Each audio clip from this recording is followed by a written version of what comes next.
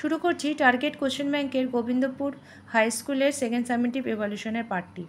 Once upon a time there lived a prince named Khurram. কোনো এক সময় খুরম নামে এক রাজকুমার বাস করতেন।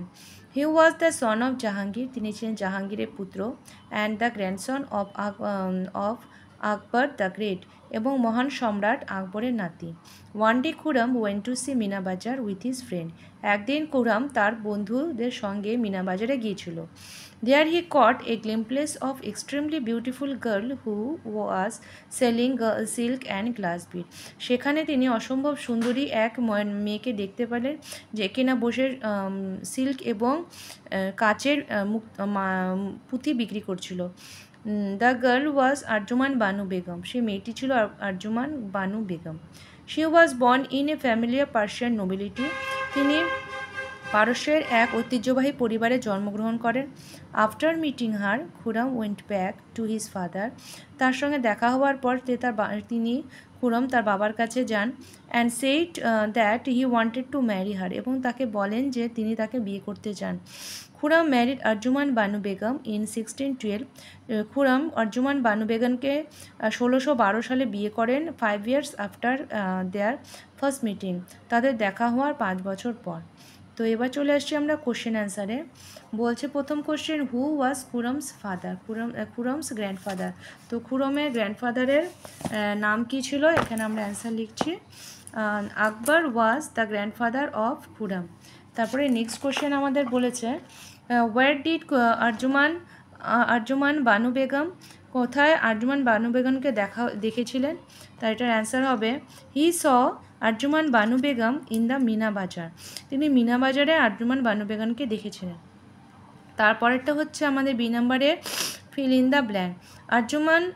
Arjuman was born in a family of, এটা হবে Persian nobility.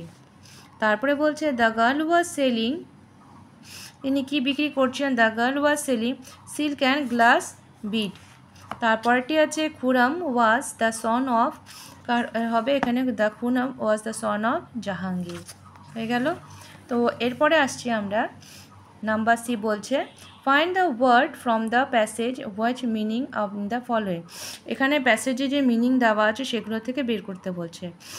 A quick look মানে কট, খুব তাড়াতাড়ি দেখা। সন অফ অ্যান এম্পিরর, একজন সম্রাটের পুত্র, তিনি হলেন খুরম।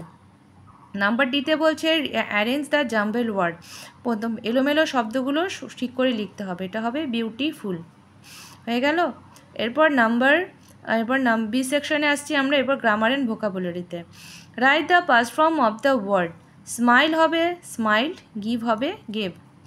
নাম্বার বিতে বলছে fill in the blank with appropriate preposition given in the box below. তো অ্যাপ্রোপ্রিয়েট প্রিপোজিশন যেগুলো দেওয়া আছে এখানে অন, অ্যাট, অফ, টু, এগুলো দিয়ে এখানে ফিল করতে বলছে। তো হবে the put the duster on the table, put off the light, লাইটটি অফ করে দাও, ডাস্টারটিও টেবিলের উপরে রাখো। এরপরে বলছে আমাদের write the opposite word from following. Opposite word মানে বিপরীত শব্দ লিখতে বলছে কার্লি, কার্লি মানে কোঁকড়ানো, মানে স্ট্রেট হবে, উল্টোটা হবে স্ট্রেট।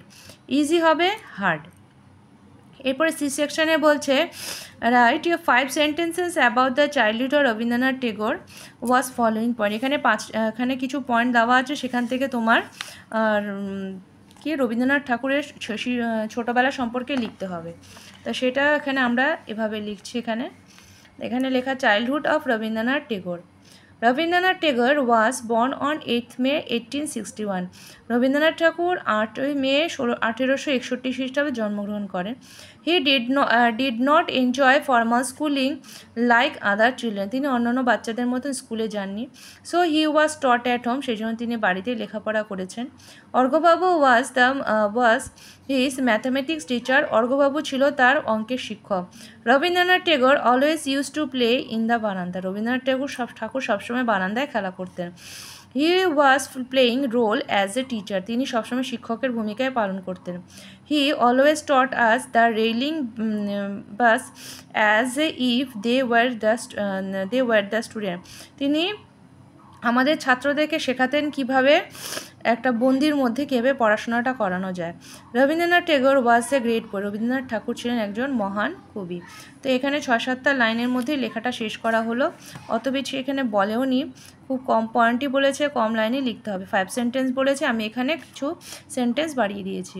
তো যদি তোমাদের ভিডিওটি থেকে কোনো উপকার হয়, ভালো লেগে থাকে, তাহলে অবশ্যই একটি লাইক করো, আর চ্যানেলটি সাবস্ক্রাইব করতে ভুলো না, পারলে ভিডিওটি অনেক বেশি শেয়ার করো। আজ এ পর্যন্ত রাখছি।